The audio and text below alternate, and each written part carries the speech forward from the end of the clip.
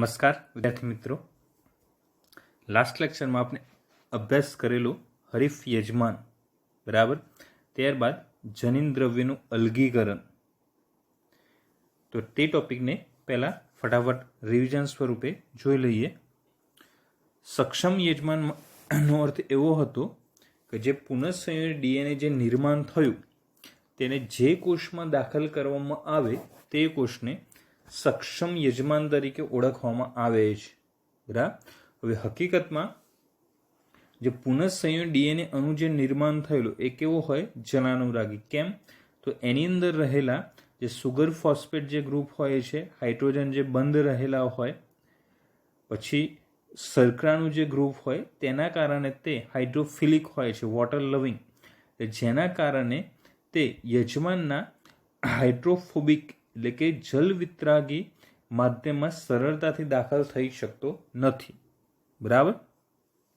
તો તે માટે જે તે યજમાન કોષને ચોક્કસ સારવારો આપવામાં આવતી હોય છે, જેની અંદર જોયેલું આપણે સૌ પ્રથમ કેલ્શિયમની સારવાર.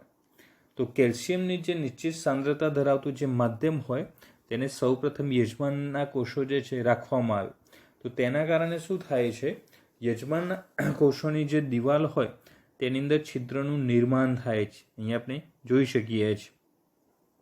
ત્યારબાદ એ કેલ્શિયમની સારવાર આપ્યા બાદ જે તે માધ્યમ જે છે જેની અંદર હવે બેક્ટેરિયલ સેલ પણ હોય અને પુનઃસંયોજિત ડીએનએ પણ હોય, એટલે કે યજમાન પણ હોય, પુનઃસંયોજિત ડીએનએ સૌ પ્રથમ ઠંડા એકદમ બરફની અંદર તેને રાખવામાં આવે છે. ત્યારબાદ તેને થોડું ગરમ પાણી કે જેનું તાપમાન 42 ડિગ્રી સેન્ટીગ્રેડ હોય ત્યાં રાખવામાં આવે અને ફરીથી પાછા બરફની ફ્લેટ પર લઈ જવામાં આવે. તો તેના કારણે યજમાન કોષની પ્રવેશશીલતા ખૂબ જ વધતા સરળતાથી પુનઃસંયોજિત ડીએનએ યજમાનની અંદર દાખલ થઈ શકે છે. ત્યારબાદ બીજી વાત કરીએ સૂક્ષ્મ અંતઃક્ષેપણ એટલે કે માઇક્રો ઇન્જેક્શન. તો સામાન્ય ઇન્જેક્શનની જેમ જ પણ અહીંયા જે છે દ્રવ્ય એકદમ માઇક્રો કક્ષામાં હોય. તો કોઈ પણ કોષના કોષ કેન્દ્રની અંદર જે દવા સ્વરૂપે અથવા જે દવા દાખલ કરવામાં આવતી હોય અથવા કોઈ પણ પ્રકારની માહિતી માટે કોઈ અન્ય સોર્સ દાખલ કરવામાં આવતો હોય તો તેને કહેવાય છે સૂક્ષ્મ અંતઃક્ષેપણ. તો કોષ કેન્દ્રની અંદર પુનઃસંયોજિત ડીએનએ જે દાખલ કરવાની જે પ્રક્રિયા છે એને શું કહેવાય છે? માઇક્રો ઇન્જેક્શન અથવા અંતઃ સૂક્ષ્મ ક્ષેપણ તરીકે આપણે ઓળખીએ છીએ. ત્યારબાદ છે જૈવ પ્રક્ષેપિકી, બાયોલિસ્ટિક, જનસ્ફોટક, જીનગન, બરાબર, અથવા પાર્ટિકલ બોમ્બાર્ડમેન્ટ. તો તેની અંદર જોયેલું એક બાજુથી સોનાના કણ જે હોય છે તેનો સતત જે છે મારો કરવામાં આવે, ખાસ કરીને કયા? વનસ્પતિ કોષો ઉપર. તો આ જે મારો કરવામાં આવે તે પહેલાં જે કણ હોય તેને સોના અથવા ટંગસ્ટન વડે આવૃત કરવામાં આવે, તેથી સરળતાથી તે પસાર થઈ અને વનસ્પતિ જેના ઉપર કાર્ય કરવાનું હોય તેના પર તે કાર્ય કરતું જોવા મળે છે. પછી ડિસઆર્મ પેથોજન વાહક દ્વારા, બરાબર, એટલે કે જે રોગકારક ન હોય અથવા બિનહાનિકારક રોગકારક વાહક જે હોય તેના દ્વારા અમુક લોકો અથવા કોષો જે છે સંક્રમિત થતા હોય, પરંતુ તે પુનઃસંયોજિત ડીએનએને યજમાનમાં સ્થળાંતરિત કરી શકે છે, એટલે એના કારણે પછી નુકસાન થતું નથી. પછી જોયેલું આપણે પુનઃસંયોજિત ડીએનએ ટેકનોલોજીની ક્રિયાવિધિમાં સૌ પ્રથમ જનીન દ્રવ્યનું અલગીકરણ. તો તેની અંદર જોયેલું કે પૃથ્વી પર જોવા મળતા પ્રત્યેક સજીવ જે છે તેની અંદર આનુવંશિક દ્રવ્ય તરીકે શું છે? ન્યુક્લિક એસિડ, અને તે પણ મોટાભાગે ડીએનએ તરીકે રહેલું હોય છે. તો તેની અંદર આપણે જોયેલું કે સૌ પ્રથમ હવે ડીએનએ અલગ કરવું હોય તો ડીએનએ ક્યાં હોય? કોષ કેન્દ્રની અંદર રંગસૂત્ર જે હોય તે ડીએનએ રહેલું હોય છે. તો હવે કોષ કેન્દ્ર તો સ્વતંત્ર હોતું નથી, એ કોષની અંદર આવેલું હોય અને કોષના ફરતે હોય કોષ દિવાલ કે જે જુદા જુદા સજીવોમાં જુદા જુદા દ્રવ્યની બનેલી હોય છે. જેમ કે બેક્ટેરિયાની અંદર જે લાઇસોઝોમ નામનું દ્રવ્ય એની બનેલી હોય, વનસ્પતિ કોષમાં સેલ્યુલોઝની બનેલી હોય અને ફૂગની અંદર કાઇટિનની બનેલી હોય. તો સૌ પ્રથમ યોગ્ય ઉત્સેચકની સારવાર આપી અથવા એના વડે ટ્રીટમેન્ટ કરી તે કોષ દિવાલ તોડવી જરૂરી છે. તો બેક્ટેરિયાની કોષ દિવાલ તોડવા માટે યુઝ થાય લાઇસોઝાઇમ, વનસ્પતિ કોષમાં યુઝ થાય સેલ્યુલોઝ અને ફૂગની કોષ દિવાલમાં યુઝ થતું હોય છે કાઇટિનેઝ. તો કાઇટિનેઝનો ઉપયોગ ત્યાં થતો હોય છે. બરાબર. હવે આ સિવાય કોષરસની અંદર પણ જુદા જુદા દ્રવ્યો તો રહેલા જ હોય, જેમ કે આરએનએ છે, પ્રોટીન છે, પોલિસેકેરાઇડ, લિપિડ, એ બધા ડીએનએ સિવાયના જે છે દ્રવ્યો તરીકે તેને આપણે ઓળખીએ છીએ. તો તેને પણ દૂર કરવા જરૂરી છે, તો જ આપણને ડીએનએ યોગ્ય પ્રાપ્ત થાય.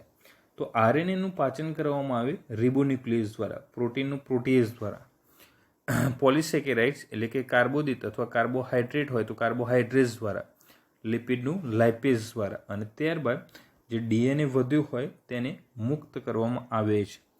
હિસ્ટોન જેવા પ્રોટીન સાથે ગૂંથાયેલા ડીએનએના લાંબા અણુઓ પર જનીનો આવેલા છે.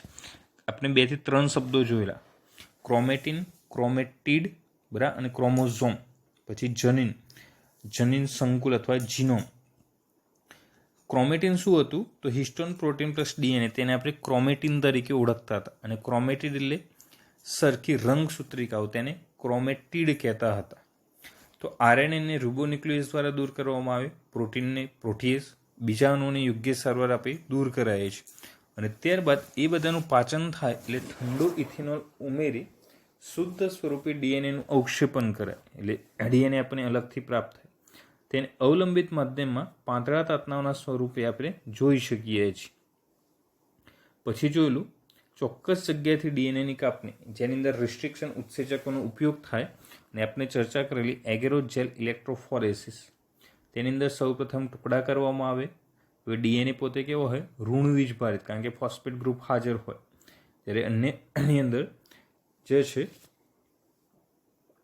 તો માધ્યમની અંદર ધન વીજભાર પસાર કરવામાં આવે, તો તેના કારણે એમના કદના આધારે ડીએનએના ટુકડા જે હતા એ અલગ થતા અથવા ધન ધ્રુવ તરફ ખેંચાવાની ક્રિયા થતી હતી.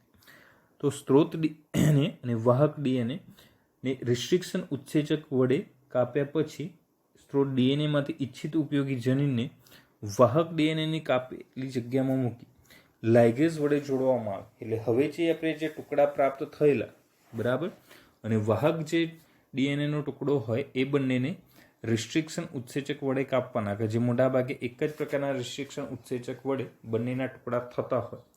તો એ ટુકડા કર્યા પછી લાઇગેઝ ઉત્સેચકની મદદથી તેમને જોડતા શું થાય?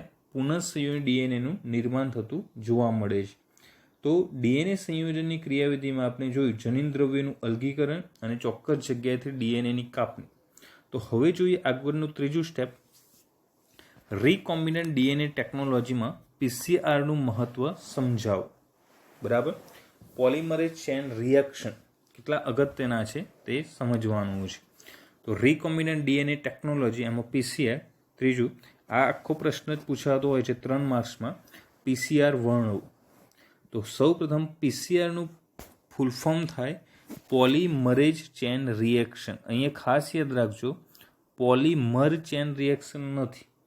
પીનું નામકરણ ઉત્સેચક સાથે સંકળાયેલું છે, પોલિમરેઝ સાથે, એટલે પોલિમરેઝ ચેન રિએક્શન.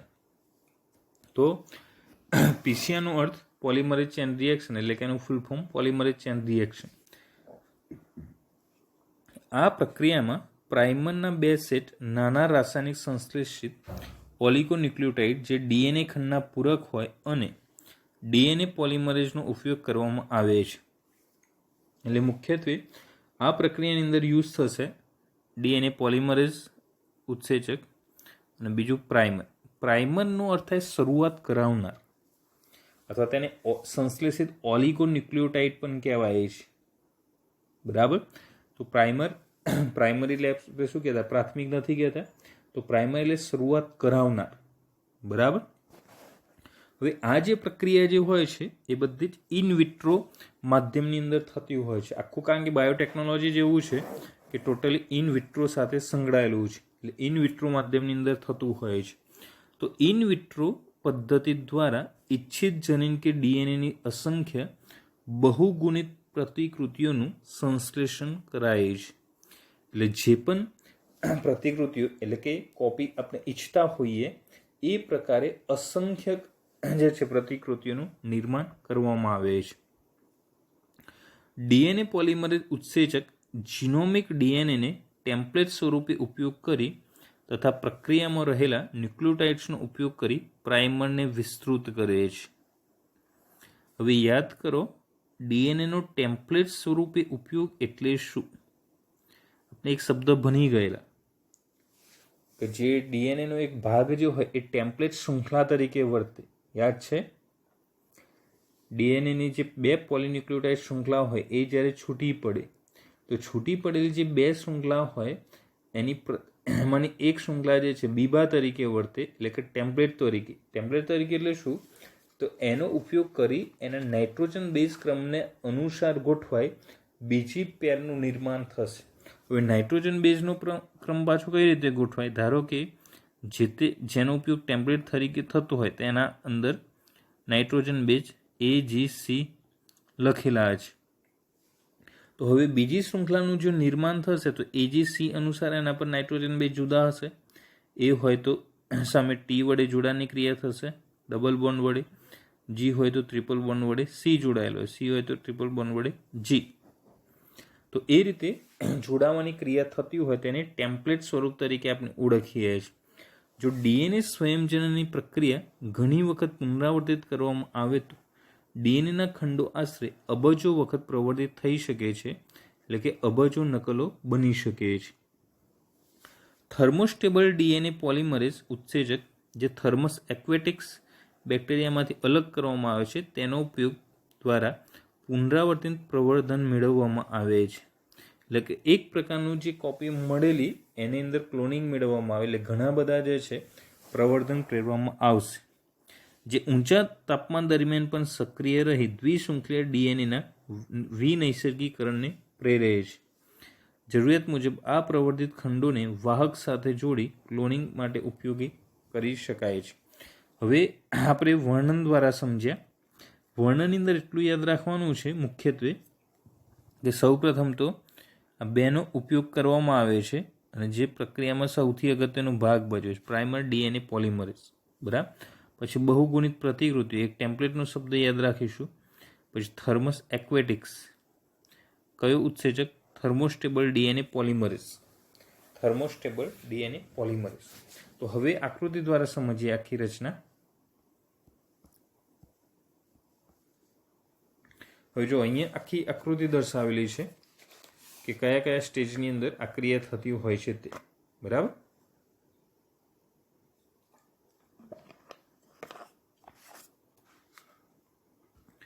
આકૃતિની અંદર પહેલું સ્ટેજ તમે જુઓ તો આ પ્રવર્ધન માટેનો ભાગ છે, કલરિંગ દર્શ. પ્રવર્ધન માટેનો ભાગ એટલે શું? કે જેમાંથી એના જેવા જ બીજા અણુઓ નિર્માણ થશે તો એને પ્રવર્ધન અણુ તરીકે ઓળખવામાં આવે છે. તો એના અંદર હવે અહીંયા લખ્યું છે ડીએસડીએનએ. ડીએસડીએનએનો અર્થ થાય ડબલ સ્ટ્રેન્ડેડ ડીએનએ, એટલે કે પોલિન્યુક્લિયોટાઇડની 2 શૃંખલા સામસામે જોડાયેલી હોય તો તેને કહેવાય ડીએસડીએનએ. હવે જો આ શૃંખલા હકીકતમાં આ રીતે જોડાયેલી હોય, આ એક શૃંખલા છે તો આ રીતે જે છે જોડાવાની ક્રિયા થતી હોય. બરાબર. એમના વચ્ચે શું હશે? નાઇટ્રોજન બેઝ આ રીતે જોડાયેલા હશે સામસામે. તો અહીંયા એ જ શૃંખલા છે પરંતુ વલયના બદલે રેખિત સ્વરૂપે દર્શાવેલી છે અને આ રીતે તેમના વચ્ચે નાઇટ્રોજન બેઝ જોડાયેલા છે. તો પહેલાં આપણને આ ખ્યાલ હોવો જોઈએ કે આ ડીએનએ શૃંખલા છે પરંતુ વલયાકાર રીતે ન દર્શાવતા રેખીય સ્વરૂપે દર્શાવેલી છે, જેથી દોરવામાં જે છે આપણને ખાસ સરળતા રહે. તો તેની અંદર પહેલું સ્ટેપ છે વિનૈસર્ગીકરણ.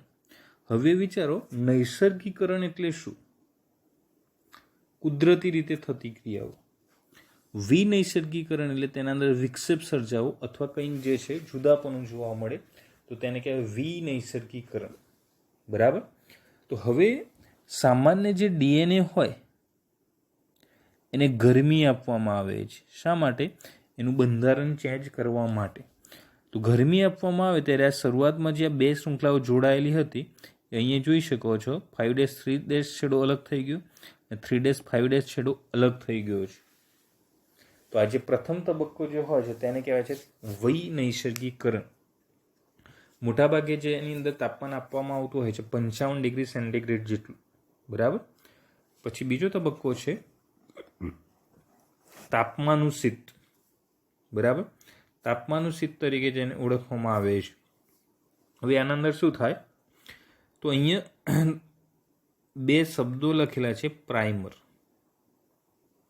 હવે અહીંયા જે છે એકચ્યુઅલી ડાયરેક્ટ બતાવી દીધું છે. આ જે પ્રાઇમર એટલે કયો ભાગ થશે, તો આ 5 થી 3 જે દર્શાવેલું છે અને 3 થી 5 દર્શાવેલું છે એ ભાગ.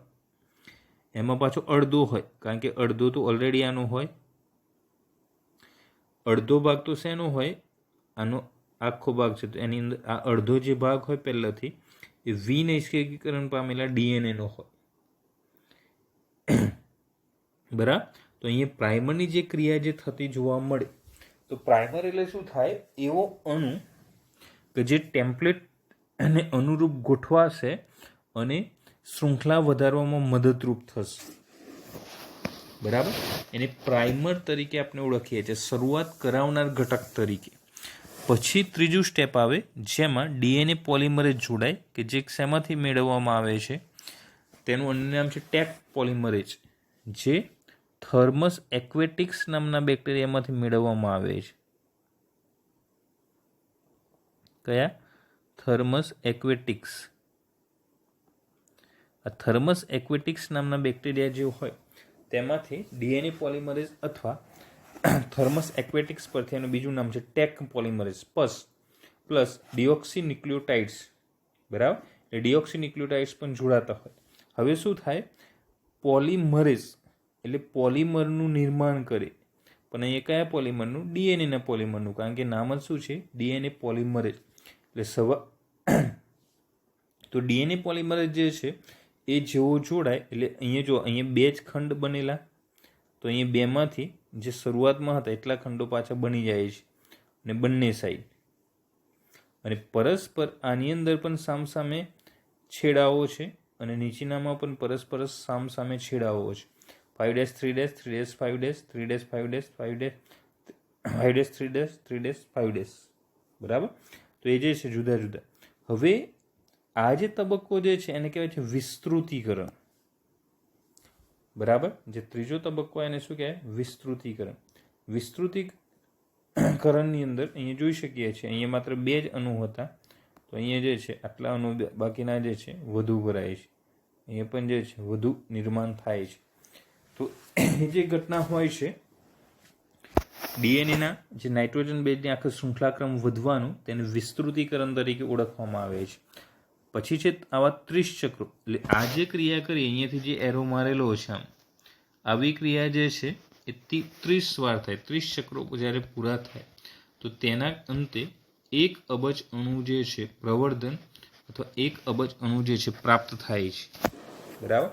તો પહેલો છે વિનૈસર્ગીકરણ. વિનૈસર્ગીકરણ બંધા જે શૃંખલા જે હોય એને છૂટી પાડવામાં આવે. છૂટી પાડવામાં જે છે શરૂઆતના ઘટકો જેને આપણે પ્રાઇમર કીધું, બરાબર.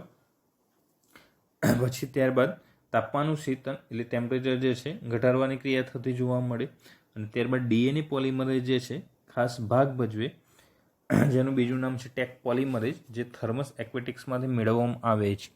અને ત્યારબાદ વિસ્તૃતીકરણ એટલે પ્રાઇમર જે જોડાયેલું અને થોડી ક્રિયા વધી હતી એ સંપૂર્ણ વધી જશે અહીંયા વિસ્તૃતીકરણની અંદર. અને છેલ્લું છે 30 ચક્રો આવા જ્યારે પૂર્ણ થાય ત્યારે પ્રવર્ધન 1 અબજ અણુ જેટલું જોવા મળે છે.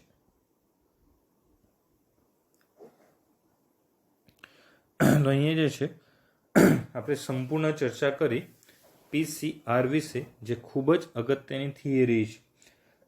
મોટાભાગે 3 માર્ક્સની અંદર આ ક્વેશ્ચન પૂછાતો હોય, અથવા કોઈક વખત માત્ર આકૃતિ દોરી જે છે પીસીઆર નામ નિર્દેશિત કરો, તો આ આકૃતિ દોરવાની અને જે નામકરણ કરેલા છે એ ખાસ લખવા.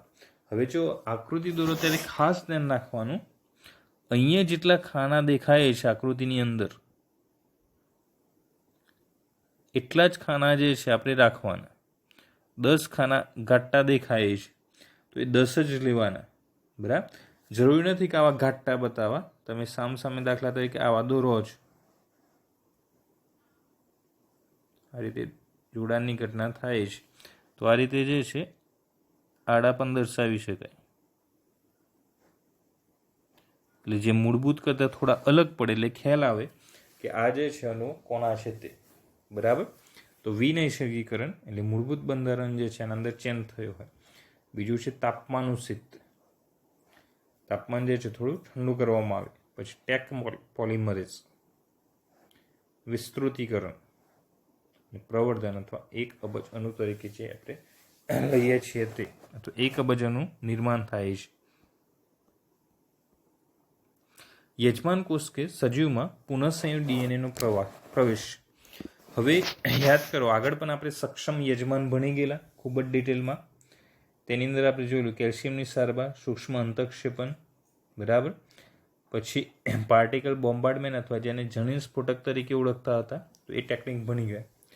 તો હવે એવી જ અહીંયા રચના છે કે જોડાયેલ ડીએનએને યજમાન કોષમાં પ્રવેશ કરાવવાની અનેક પદ્ધતિઓ છે. એટલે કે જે આરડીએનએ જેવું હોય, રીકોમ્બિનન્ટ ડીએનએ, એની અનેક પદ્ધતિઓ દ્વારા યજમાન કોષમાં પ્રવેશ કરાય છે.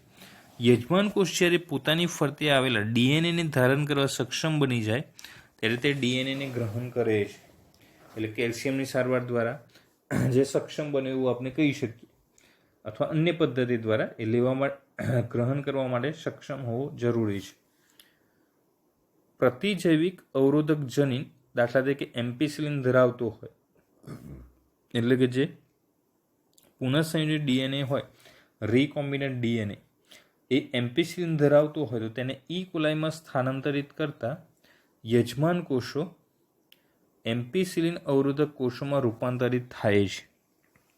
હવે આનો અર્થ શું થયો? જો ઇચ્છિત રીકોમ્બિનન્ટ ડીએનએ જે છે એ જ એમ્પિસિલિન એટલે કે એન્ટીબાયોટિક ધરાવતું હોય, બરાબર, અને શરીરની અંદર ઈ કોલાઈમાં જ્યારે એન્ટર કરવામાં આવે તો એ એમ્પિસિલિન અવરોધક કોષોમાં રૂપાંતરિત થાય છે. જો અવરોધક કોષોમાં રૂપાંતરિત ન થાય તો શું થાય? એના પર ડાયરેક્ટ ડ્રગ્સની અસર થાય ને એનું જ મૃત્યુ થતું જોવા મળે. આવા રૂપાંતરિત કોષોને એમ્પિસિલિન ધરાવતી અગર પ્લેટ પર મૂકવામાં આવે તો ફક્ત રૂપાંતરિત કોષો જ વૃદ્ધિ પામે છે. રૂપાંતરિત ન થયેલા કોષો અથવા યજમાન કોષો મૃત્યુ પામે છે. એટલે એમ્પિસિલિન જે પ્લેટ હોય એના પર મૂકવાનું અને ફક્ત રૂપાંતરિત કોષો જ વૃદ્ધિ પામશે. એટલે એનો અર્થ શું થયો? જે પુનઃસંયોજિત ડીએનએ સંપૂર્ણ રીતે જે નિર્માણ પામ્યા હોય એની જ વૃદ્ધિ થતી જોવા મળે, બાકીની વૃદ્ધિ થતી જોવા મળતી નથી. બરાબર. કઈ જગ્યાએ? અગર જે પ્લેટ હોય તેના ઉપર. કારણ કે રૂપાંતરિત કોષોમાં એમ્પિસિલિન પ્રતિરોધક જનીન હોય છે અને આ એમ્પિસિલિન પ્રતિરોધક જનીનને પસંદગીમાન રેખક કહે છે. આગળ આપણે ચાર્ટમાં જોયેલું PBR 322. બરાબર. જો પ્રતિરોધક જનીન હાજર હોય તો પ્રતિરોધક જનીનને પસંદગીમાન રેખક તરીકે ઓળખવામાં આવે છે. જનીન દ્રવ્યના પ્રવર્ધનની અંદર સૌપ્રથમ ઇચ્છિત ડીએનએના ટુકડા લેવામાં આવે છે. ત્યારબાદ તેની અંદર જુદા જુદા સ્ટેપ્સ દ્વારા ખૂબ જ વધુ પ્રમાણમાં તેની નકલો મેળવવામાં આવે છે. આ કાર્ય સૌપ્રથમ મલિસ નામના વૈજ્ઞાનિકે કરેલું, જેમને રસાયણશાસ્ત્રી માટે નોબેલ પારિતોષિક એનાયત થયું હતું. તેની અંદર મુખ્યત્વે 3 તબક્કાઓ જે છે તેમાંથી ડીએનએ પસાર થતું હોય છે. સૌપ્રથમ જે છે વિનૈસર્ગીકરણ, ત્યારબાદ તાપમાનુસિત અને વિસ્તૃતીકરણ. હવે વિનૈસર્ગીકરણ એટલે શું? કે મૂળભૂત બંધારણ બદલાવું. અહીંયા ડીએનએનું જે મૂળભૂત બંધારણ જે હોય જેની અંદર ચોક્કસ ક્રમમાં નાઇટ્રોજન બેઝ ગોઠવાયેલા હોય છે, તો આવા ડીએનએને 95 ડિગ્રી સેન્ટીગ્રેડ તાપમાને ગરમ કરવામાં આવતું હોય છે. જેના કારણે શું થાય? તેમના વચ્ચે હાઇડ્રોજન બંધ તૂટે અને તે અલગ પડશે અને 2 શૃંખલાઓનું નિર્માણ થાય. જેવી જ એ અવસ્થા પૂરી થાય એટલે તાપમાનુસિતની શરૂઆત થાય. તાપમાનુસિત એટલે શું થશે? તાપમાનમાં થોડો ઘટાડો. તે 95 ડિગ્રી સેન્ટીગ્રેડ તાપમાન હતું, અહીંયા 55 ડિગ્રી સેન્ટીગ્રેડ તાપમાન થશે અને આ અવસ્થાની અંદર પ્રાઇમર જે હોય છે અથવા ઓલિગોન્યુક્લિયોટાઇડ પ્રાઇમર, તે જે છૂટી પડેલી શૃંખલાઓ સાથે જોડાશે અને તેનો ટેમ્પલેટ તરીકે ઉપયોગ કરી અને તેને આગળ વધારવાનું કાર્ય કરશે. તો આ અવસ્થાને કહેવાય છે તાપમાનુસિત. બરાબર. કે જેની અંદર પ્રાઇમર જે છે મુખ્યત્વે જે ડીએનએ શૃંખલા તે જોડાઈ જાય અને વિરુદ્ધ પ્રમાણના છેડા બનાવશે. બરાબર. અને ત્યારબાદ વિસ્તૃતીકરણ, જેની અંદર તાપમાન થોડું પાછું વધારવામાં આવે 72 ડિગ્રી સેન્ટીગ્રેડ, જેની અંદર યુઝ થાય છે ટેક પોલિમરેઝ અથવા ડીએનએ પોલિમરેઝ, કે જે મુખ્યત્વે મેળવવામાં આવે છે થર્મસ એક્વેટિક્સ નામના બેક્ટેરિયામાંથી. તો થર્મસ એક્વેટિક્સ આ જે બેક્ટેરિયા છે એમાંથી ટેક પોલિમરેઝ અથવા ડીએનએ પોલિમરેઝ મેળવવામાં આવે, જે બેઝના અનુસાર શૃંખલાઓ બનાવે અને સંપૂર્ણ ડીએનએની રચના પૂર્ણ કરશે. એક ડીએનએ આવો સંપૂર્ણ પૂર્ણ થયા બાદ વારંવાર આના ચક્રોમાંથી તે પસાર થાય અને એક સાથે ઘણા બધા અણુઓ જે હોય છે એ મેળવી શકાય છે. આમ જનીન પ્રવર્ધન જે મેળવવામાં આવે છે ને એના દ્વારા અનેક નકલો મેળવવામાં આવે છે, તે ખૂબ જ અગત્યનું છે. તેના દ્વારા ટૂંક સમયની અંદર પોલિમરેઝ ચેન રિએક્શન ટેકનિક દ્વારા વધુ પ્રમાણમાં નકલો મેળવી શકાય છે. તે માટે યુઝ થાય છે થર્મોસાયકલર જેવા ઇન્સ્ટ્રુમેન્ટ્સ, કે જેની અંદર આ 3 સ્ટેપ જે છે ફટાફટ ક્રિયા કરવામાં આવતી હોય. બરાબર. વિનૈસર્ગીકરણ, તાપમાનોષિત અને વિસ્તૃતીકરણ.